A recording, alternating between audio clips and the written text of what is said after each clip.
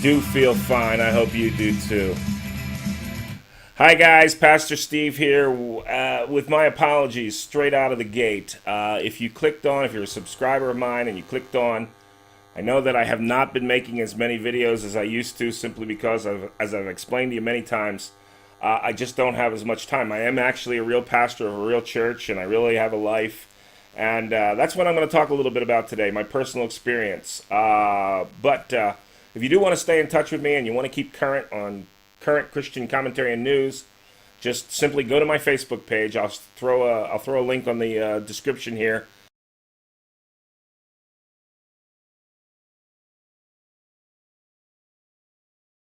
And that's what it looks like right there. And that's the best way to stay in touch with me. I just, anybody that does these videos, that, if you want to make a half decent video or at least one that holds somebody's interest, it's time consuming and I can't do it. So today I'm going to make a little different video. I just real skipping. I'm a bigger than average guy. All right, I'm 6 foot tall, and I'm south of 250 pounds. That's all I'm going to say. And, people say, well, you're a pastor. You're supposed to just worry about the Word of God. Are you kidding me, man? If I didn't play sports, and I've been playing competitive softball for 43 years. I'm almost 60. Long story short, I played baseball ever since I was in second grade in Catholic school. And when I got to junior high, I was a pretty decent ball player. Not the best, but certainly not the worst. And when I got to high school as a sophomore, I just had a falling out with the coach. He was a jerk, Mr. Kirby. If you're listening, what am I saying? He's probably dead by now. What am I saying? Anyway, God bless him and his family. Never mind. So anyway, it just didn't work out. And I was telling a buddy of mine who was, at that time, he's probably no longer here, Bruce Snyder. I was telling him about, quitting or getting cut from the baseball team. And he said, well, why don't you play softball with us? We have a men's softball league. And I was like, softball? I never played softball before. I'd always played baseball. And I was 16 years old, and I remember they started me at first base, and I made a couple of phenomenal plays and sort of kind of saved the game, and that was it. I was hooked. So I've been playing serious softball. As a matter of fact, some of you watching this video have either played with me on my teams, or maybe I was your coach at one point or another. I coached women's softball for a while. A couple of championships, blah, blah, blah. Okay, skipping. Now I live in a senior retirement community. But, I'm a senior, but we have some pretty competitive softball. I play racquetball. Been playing racquetball competitively for about 41 years, give or take. I started in 1976 playing racquetball. Won a state championship. That was a mixed doubles with the infamous Judy G back in I can't remember, but I think it was like 99. I won a state championship. I played competitive racquetball for quite a while. I'm a decent racquetball player as well, and I've given lessons and all that, blah, blah, blah. Okay, so why am I making this video? I'm making this video because if you look up bicep tears or distal tendon tears of the bicep on YouTube, every YouTube I found was always young guys. I'm talking like, there was one 40-year-old, but the rest are all like younger than 30. Bodybuilders, weightlifters, construction guys. I am none of those things. I am an actual pastor. And again, people in church might scratch their head and say, why does he spend so much time with sports? Look, God, family, and country are my priorities, but I stick sports in there because if I didn't play racquetball and I didn't play pickleball and I didn't play softball, I would weigh 300 pounds. I don't do the whole treadmill. I don't do the whole diet thing. Forget about it. I mean, God made us to eat. I love eating, and so if I didn't play sports, I would weigh 300 pounds. All right. About a month ago, 1 month and 9 days ago to be exact, I was getting ready for the season down here in southern Arizona because we're in Arizona. We have great weather in the wintertime. When you guys are freezing, we're playing softball and going to the pool. So about a month ago, I was getting ready. Our season down here in southern Arizona lasts from January to March, and then there's playoffs after that. And around November, December, I start getting loosened up. I start going out and just doing pickup games. Beginning of December 2016, I play third base normally. I'm a decent third baseman. I'm one of the few guys. I'm not the only one, but I'm one of the few guys that actually can make the throw from third to first. So I always end up playing third base. I had a routine grounder practice pickup game. And I have this habit, if you play baseball or softball, you know what I'm talking about. I have this habit as an infielder is I'll step with my left hand when I make the play, and I play third, getting ready to make the throw, and let me see if I can get this on camera. I'll turn my wrist as I'm stepping with my left hand. I reach in to grab the ball, I'll cock it, and I throw to first. Okay, bing, bam, boom, it's done.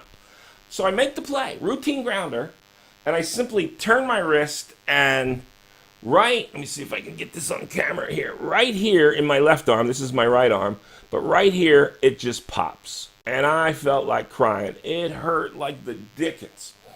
I have never taken myself out of even a practice game because of an injury. Matter of fact, when I was playing for my church, Family Worship Center, outside of Philadelphia, David Damiani might remember this. We were in the playoffs. I had messed up my Achilles, my heel, and they put me in a cast, and I was supposed to be in a cast for like 2 months. And I was only in the cast for 3 days. I got a buddy of mine, Buck Stanley, his name was, to actually cut the cast off after 3 days just so I could play in the playoffs. This is my determination. This is what I'm cut from. After all, there it is. I'm from Philly. Hello, that's the way we do it. All right, I'm right outside of Philly, but I digress. So, yeah, I stopped playing.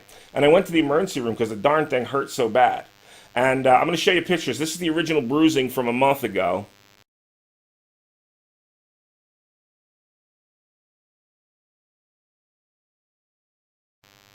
And it looks pretty gnarly, but they just said, we don't see. Here's my X-ray. It doesn't show anything, but I'll show it to you anyway. X-ray showed nothing. Obviously, no broken bones. They said rest it, and I did. I rested it for a full month. January 4th, that was a Wednesday, 2017, opening day. Of course, I'm starting at third base for my team, and routine grounder. Only this time, when I fielded the ball with my left hand, the pain just excruciating. I felt like I got shot. It just went screaming up my arm.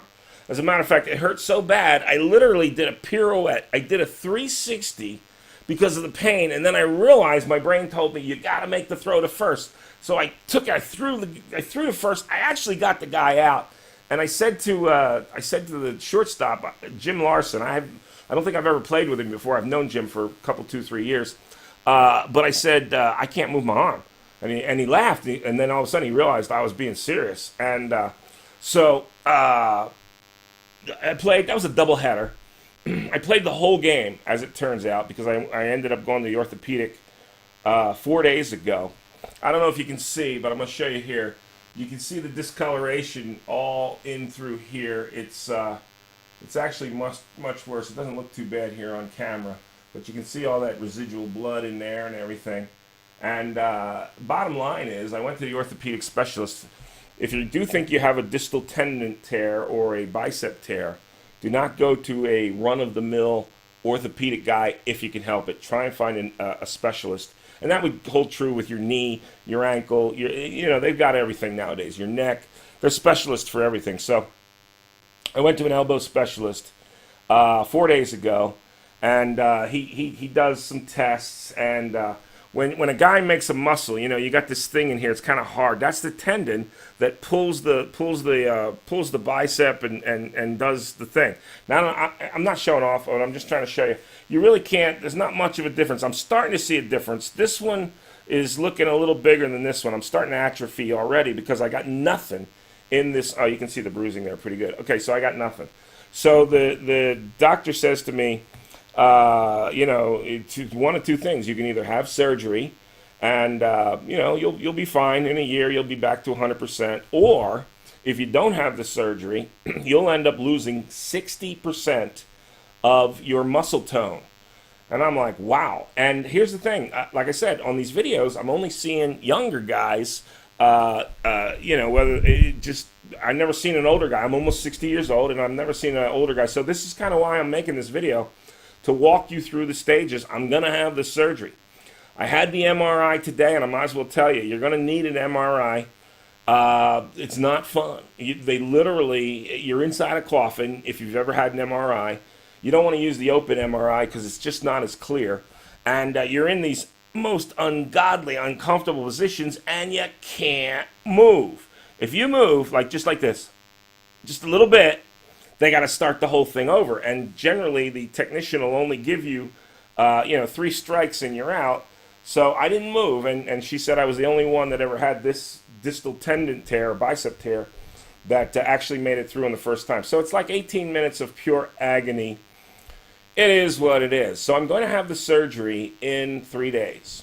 So I decided I'm only going to have one chance at making this video, at least as part 1, to let you walk through. If you're an older guy who's active like me, my surgeon told me if you're above the age of 65, generally they're not even going to do the surgery.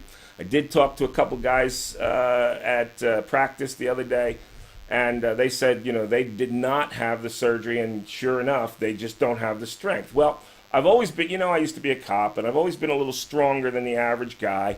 My wife needs a lot of help. She needs help opening jars, and she needs help getting up out of a chair, and so she's a little bit on the not a little bit on the disabled side. She's disabled, but so I need to be able to do those things, and most importantly, I need to be able to pick up my grandchildren. Woo. I mean, that's just part of being a grandpop. I have 7 grandchildren here locally, and at least right now, as this injury sits, I can't even pick up the youngest one, and so I'm going ahead with the surgery, and I'm going to make a series just like the other guys do, only I think I saw one guy who's in his 40s, and his, every experience pretty much the same, but with me being a little older and being a sports nut, as I told you, if I didn't play sports, I'd weigh 300 pounds. I don't know maybe if I can help or not, so the first thing I'm going to tell you is be prepared for that MRI. It's no fun whatsoever, and it's very painful. If you already have pain medication, I strongly suggest that you take the pain medication. I'm not a doctor, but I would suggest that you take the pain medication about an hour before you're going to have your MRI. And if you're claustrophobic, you don't like tight spaces. MRIs, no fun. The last MRI I had was when I fractured my C5, my neck. I broke my neck back in 1995. You might want to ask your doctor for some kind of tranquilizer, because if you're a claustrophobic, you're going to freak out in this coffin. And it's loud and so on and so forth, but very, very, the discomfort is significant, okay? Gonna have the surgery in 3 days. I don't think I'll make another video before that. I do know that I'm gonna go get my hair cut off, because some of the videos I've seen, you really can't get your injured hand to your hair or to your face to shave. Fortunately, this is my fielding hand, my left hand, and I'm right-handed, so that's gonna help a lot. I'll keep you posted. Again, my apologies if you clicked on this video because you're a subscriber and you wanted to hear the latest and greatest about the geopolitical, religious things that are going on in the world. That's not this series, but I'll be sure to label it very clearly for you. Look, God's best to you and yours. Believe it or not, even though I've never met most of you, I pray for you often. I hope you pray for me. The Lord's coming back soon, and really, that's really all that matters. But I just figured I'd make this so hopefully it'll bless or be informative to some of you. God's best to you and yours. Until next time, we'll see you then. Hi guys, Pastor Steve here. I guess this is day 1. Distal bicep tendon surgery for old guys. You'll have to forgive the lighting and the audio. I just didn't have time to set it up and make it sound nice and look nice. So this is day 1. I literally had surgery 4.5 hours ago. The only thing I want to talk about right now is the anesthesia.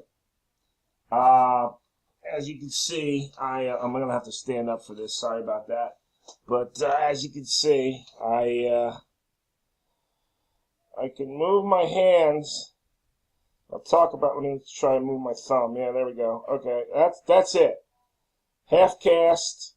Can't do anything. I can move my hands, but my arm is. My hand especially feels like it's asleep, and I did that on purpose. Look. This is your call, and the jury's still out.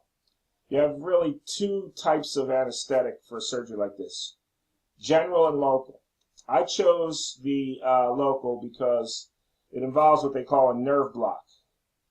Get into that in just a minute. So let's talk about general. General is where they literally intubate you, and that's where they stick a tube down your throat. Very unpleasant to take that out.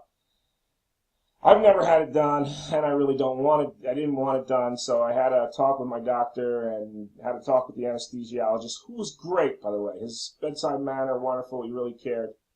But I don't think he's done a lot of nerve blocks. Thank God he brought another doctor, another anesthesiologist in, and they did a nerve block. All right, couple of problems, which I didn't even know what a nerve block is. Basically what it is they take this long needle, and it's long and scary. It's one of them scary needles you see on Pulp Fiction, if you remember the, yeah, okay. Anyway, so what they wanted to do was somewhere in here, they ultrasound you, and while they're ultrasounding you, they find your nerve bundles, and then they squeeze, anesthetic juice into the nerve.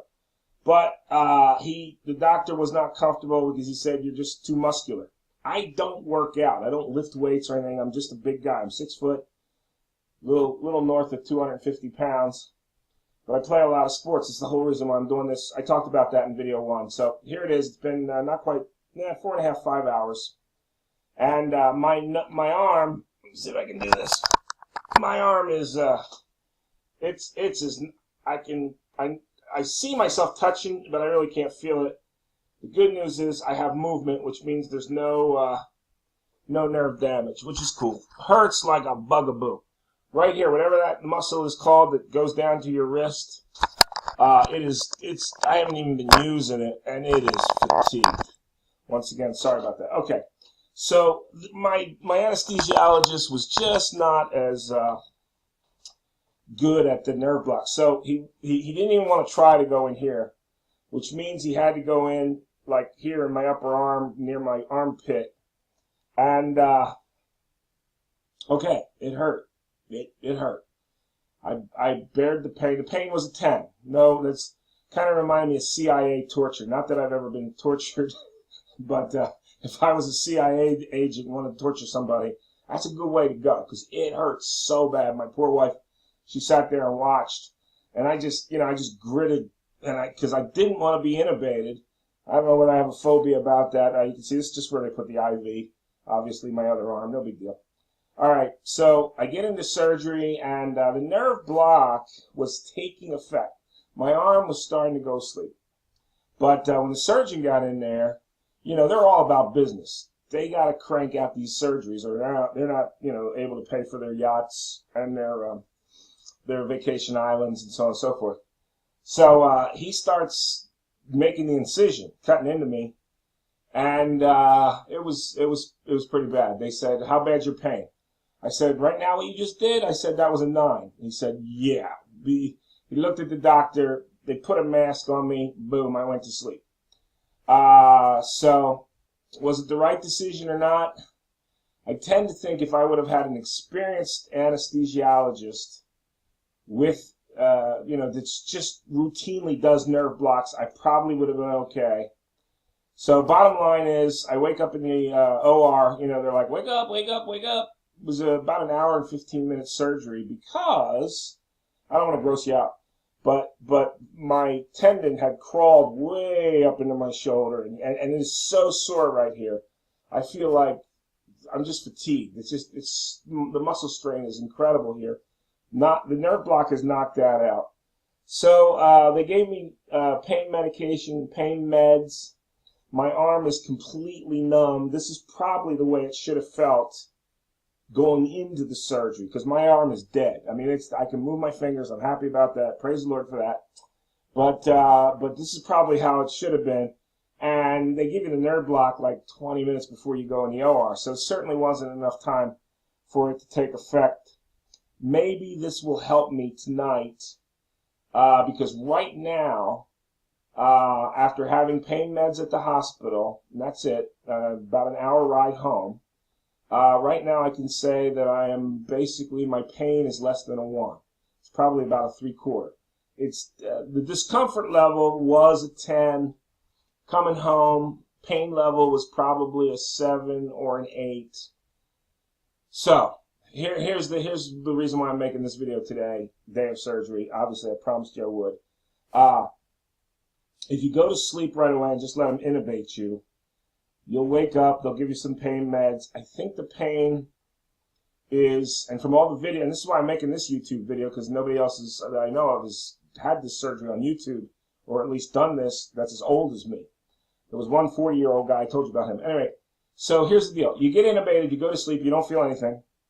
You wake up, you don't really feel anything, you're all groggy and everything, and then they give you pain meds, they shove you out the door, and you go home. I think probably by now, if the pain meds were wearing off from general anesthesia, where you go to sleep, I'd probably be in a lot of trouble right now. So all in all, even though it didn't work out quite as well as I would have liked, I think the nerve block is the way to go. I may change my mind in another video or two, but right now, like I said, this is fresh. At this point, my pain level is less than a 1. It's about a 3/4 of a point. It's just discomfort level is about a 1. Pain level is less than a 1. So praise the Lord. God made our bodies wonderful and miracles, and I believe in doctors. I believe in miracles too, but just thought I'd let you, keep you up to date. Probably won't make another video till day 2 or 3. I don't really plan on making a video tomorrow, and you can see the quality of this video is probably not too good anyway. But by the time you see this, I mean, you can always pray for me if you want, but if you're considering distal bicep tendon surgery, for the reasons I stated in the first video, don't hesitate. It's not as bad as it looks or as bad as it sounds. The whole anesthesia and pain management thing I'll get into a little bit more later. But successful surgery. Praise the Lord. Till next time, we'll see you. I'm out. Oh, that's Richie from Boston's line. I'm out anyway. God bless. Hi guys, Pastor Steve here. Been almost exactly 24 hours since I had my distal bicep tendon repair surgery.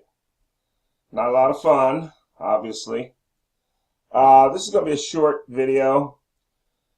I got about 3 hours sleep last night, sleeping in my recliner. I think the pain. Let's talk about the pain. The nerve block took effect probably around 1800 hours last night. That's 6 o'clock, about dinner time. And the nerve block lasted through probably 9 or 10 o'clock this morning. While that nerve block is in effect, don't be scared or don't be surprised if you can't move your fingers very well. You can do it, but you don't. I couldn't even feel my hand until about 6 hours ago. And one of the things that I've noticed is, let me just take this off for a second here.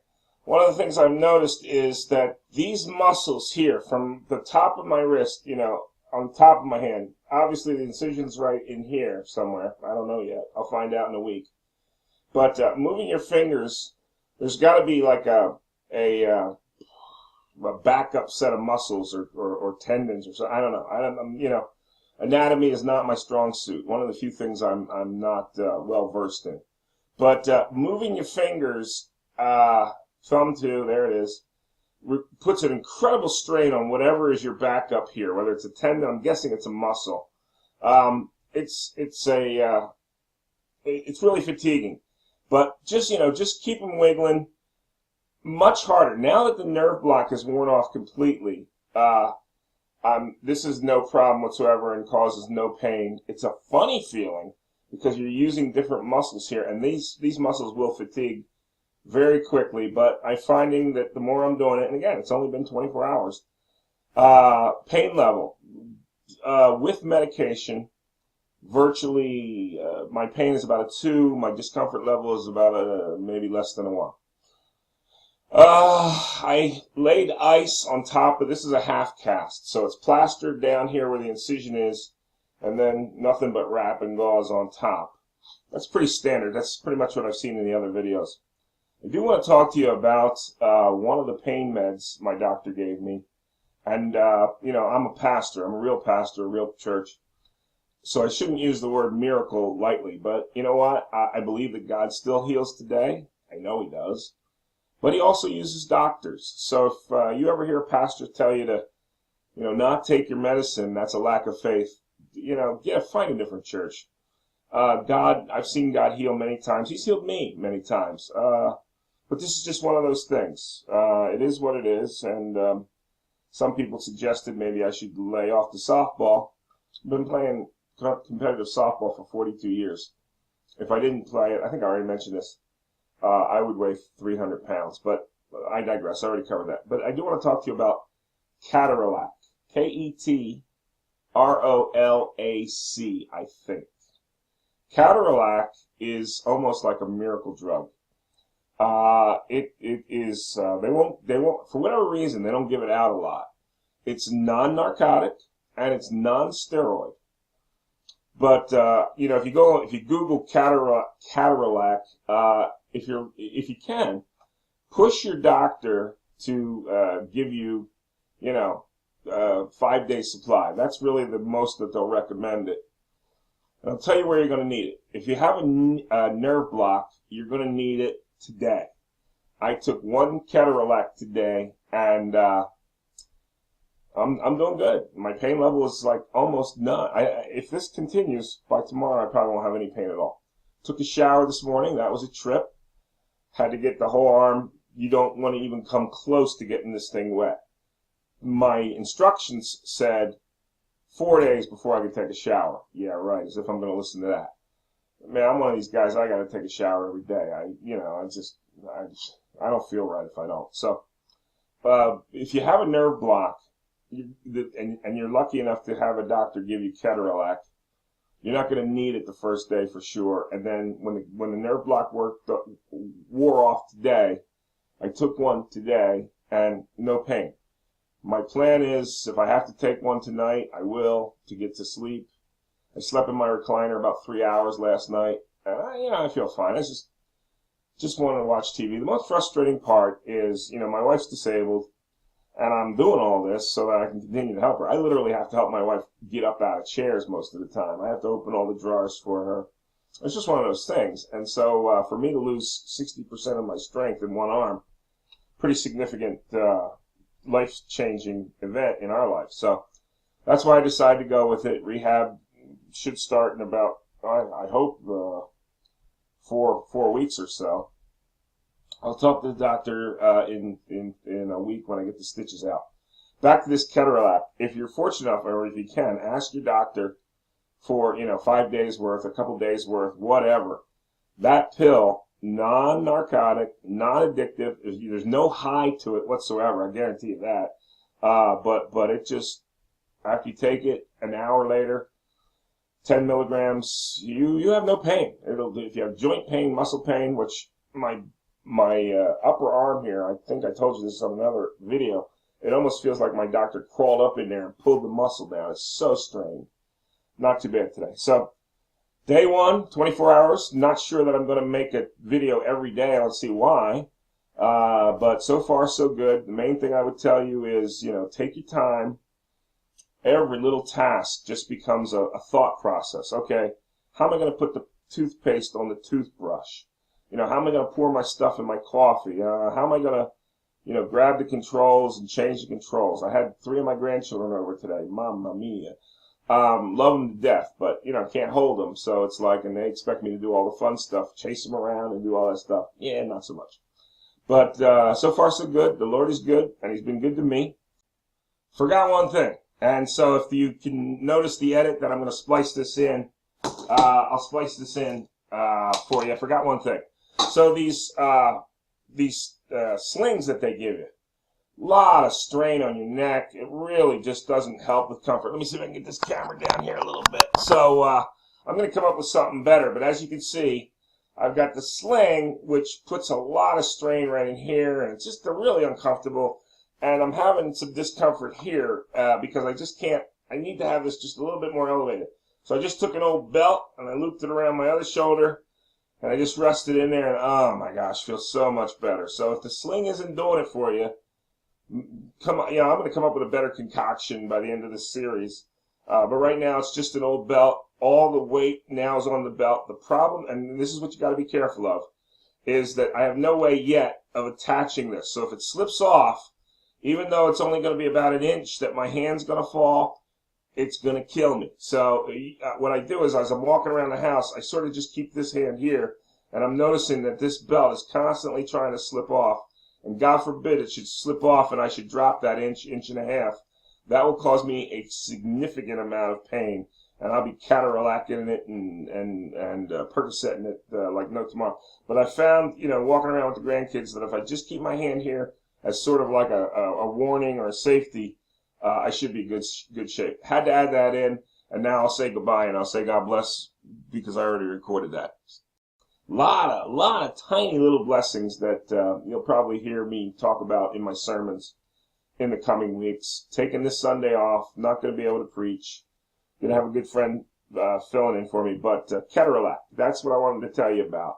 If there's any way possible, you can get the doctor to give you Ketorolac. Now that's in addition to what, they're going to give you Percocet or Vicodin or something like that, whatever your doctor gives you. Take your pain meds. Take your pain. Why? I'm almost 60 years old. I'm not going to take a pain pill. I did probably 25 years ago. I did have an addiction to pain pills, and it took me probably 5 years to realize I was addicted to pain pills. I broke my neck, shattered my C5 back in 1995, and it wasn't until about 1990, 91 that I finally realized that I was addicted to those things. But not addicted in the way like, an alcoholic should never even take a sip.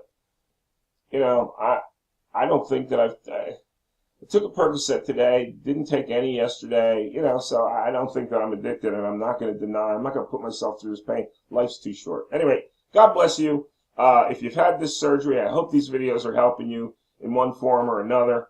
Just a little more different kind of insight. Take good care of yourself. Don't be like me. I'm already trying to do too much. Going to slow down a little bit, and we'll see you next time. God bless. Hi, guys. Pastor Steve here. Continuing in the next segment of our distal bicep tendon surgery repair.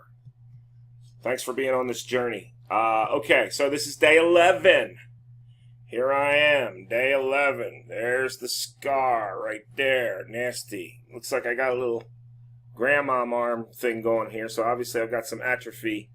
And still got a significant amount of swelling. This is some blood blisters from the cast. You can see this is all swelled and puffy.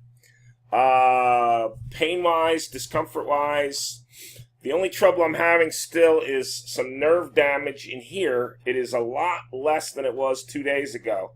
2 or 3 days ago, I didn't think it was ever going to get better, and it's starting to get better. Now, there's 2 things I did for this, and I forgot one of my props, so I'm going to pause this. I'll be right back. Okay, I'm back. Okay, actually 3 things I did for this discomfort. The pain, probably about a 2. The discomfort of this nerve damage, I'm going to call it nerve damage, although it certainly isn't permanent. It is getting better. And the doctor said it would, and I've seen other fellas in videos say it would. Discomfort's probably about an 8. Really just makes it tough. Now, you get a lot of fatigue up in here. So, ice is your friend. Ice will help all of that. Here, takes a lot of pain. In lieu of the ice, Voltaren gel. There it is. It is a prescription. Even your regular doctor can prescribe this for you. It's a big help, especially right in here and with the fatigue I'm having up here, because, you know the whole story. All right, so that's number 1. Ice, Voltaren gel. I actually buy mine. I have it mailed to me in Mexico. It's perfectly legal. Mexico, it's a little cheaper and it's a little stronger. But I discovered 2 things that I've not seen on any other video, okay? But before I get to that, so that's ice, Voltaren gel, and then I came up with this idea, these lidocaine patches by Aspercream. Holy smokes, you see the picture, the guy has it on his back? I'm taking those bad boys and laying it right here where I've got all that nerve pain. And big help, especially, and they also make it in a gel. So I bought, whoa, hello. So this is the same stuff, only in a gel. You rub it on. $9 at the grocery store, give or take. Definitely worth it, especially if your doctor's going to give you one of these. And this thing is also a godsend. You know, I was complaining about that cast. That cast was driving me crazy. I don't know what this is called other than an elbow brace, and it only allows you to extend your arm. See, the main thing is they don't want you hyperextending your arm like this because you'll pull on that tendon until it's, until your 8 weeks is done. So right now they've got, when you come out of the cast, you're at a 90. Now I'm at a 45. This thing keeps me locked in at a 45. Love it. I actually have two. The doctor gave me one, and it was covered by insurance. I did not know that I was getting one the day I went in, so I ordered one from Amazon, and 89 bucks. Funny thing, I asked the guy in the doctor's office how much they were charging insurance for this. Oh, only $349. Okay, the one I got from Amazon for 89 bucks, just as good as this one. As a matter of fact, I swapped out some parts from the Amazon one. This is the medical one that I got from the doctor, only because it's maybe just a hair sturdier. But you can pick these up at Amazon. I bought one for 89 bucks. Works great. So if your insurance doesn't cover it, or your doctor won't give you one, you can get it at Amazon. Probably other places too. So I've got two of them, and I practically live. Now, it's a device on your arm, and so it rubs your skin and so on and so forth. A little hard to get used to, but once I got used to it, I love it. Now, my first nights that I got the cast off, I slept in a sling. That's okay, but, every time you roll or toss and turn, so I just, it's just, So I thought, why can't I sleep in this thing? Why not? And then I thought, well, it's going to start hurting my arm. And it does sort of irritate. You got to take it off once in a while and just rub it, Voltaren or the Aspercreme or whatever the case may be. So let me show you what I did. The first thing I did was I got an old sports sock. Here's one of them. And I cut the toe out. I think this is the toe end right here. Right? It's been stretched a lot. But I cut the toe. And then this is the part that goes on my wrist. So this is the high part of the sock. You can actually kind of see the sock there. And I'm going to stop the tape and show you what I did. It's pretty obvious now, but let me just show you. Okay, so there's the sock on my arm. You want to put your Voltaren or your Aspercreme, rub it all over wherever this thing is going to be, because you're not going to keep taking it off and taking it on. But I'm actually sleeping in this configuration. Now, let me show you here real quick, and then I'll stop the tape again because I don't want to bore you. This thing is locked in at 40. So you're just going to put it on, and I put this dial, which keeps me at 40 and 120. So I can do 120 here, only 40 or 45 here. Take this dial, and it's supposed to be on your elbow joint, even with your parallel with your even. But I've been putting it up a little higher because they do tend to sneak down a little bit. Let me get this locked up, and I'll be right back. And there she is. I'm in, I'm locked in. Takes a minute to put it on, another minute or two to adjust the straps. They're all Velcro, 1, 2, 3, 4 straps. And as you can see, that's as far as I don't know if you can hear that. That's as far as she can go, and that's as far as you want it to go. You can't lift anything yet, day 11, no way. And I'm at the point now, if I don't think about it and I reach for something, I could hyperextend my elbow a little bit, and you don't want to do that right now because the healing process is a very delicate stage. Hey, that's it. So haven't seen anybody on the videos mention this or the Voltaren cream. Really helpful, along with ice. The sock, if you don't want to use a sock or you don't have athletic, this is a baseball sock, I think. That's how I did this injury, was playing softball. Anyway, if you don't have a sock, they sell stuff like this at CVS or Walgreens or whatever the case may be. It's a big old sock. They put it on before they give you a cast. Hey, it's day 11. So far, so good. Went out and watched my team play yesterday. It looks like I'll be back in time for the playoffs. Thanks for watching. I'll be back again with another segment, and we'll see how this goes. God bless. We'll see you soon. Hi, guys. Pastor Steve here. It's been 8 full weeks since I've had my distal bicep tendon surgery. Believe it or not, after 6 weeks, as you can see, wherever it shows up, I don't know where it shows up, but as you can see, that's me winning the softball tournament championship for 2017. That was kind of cool. So I actually played softball at 6 weeks, and I was a little concerned. First couple, I play third, so I get a lot of hot grounders. First couple kind of hurt a little bit and worried me a little bit, but truthfully, after 4 or 5, maybe 10 or 15 catches, I didn't feel it at all. And of course, my right arm has never been affected. All right, I'm 60 years old. I literally made this video because I don't know of any old guys that have had this surgery. Most people at my age choose not to have the surgery. If it were my right arm, would I have the surgery? I don't think so.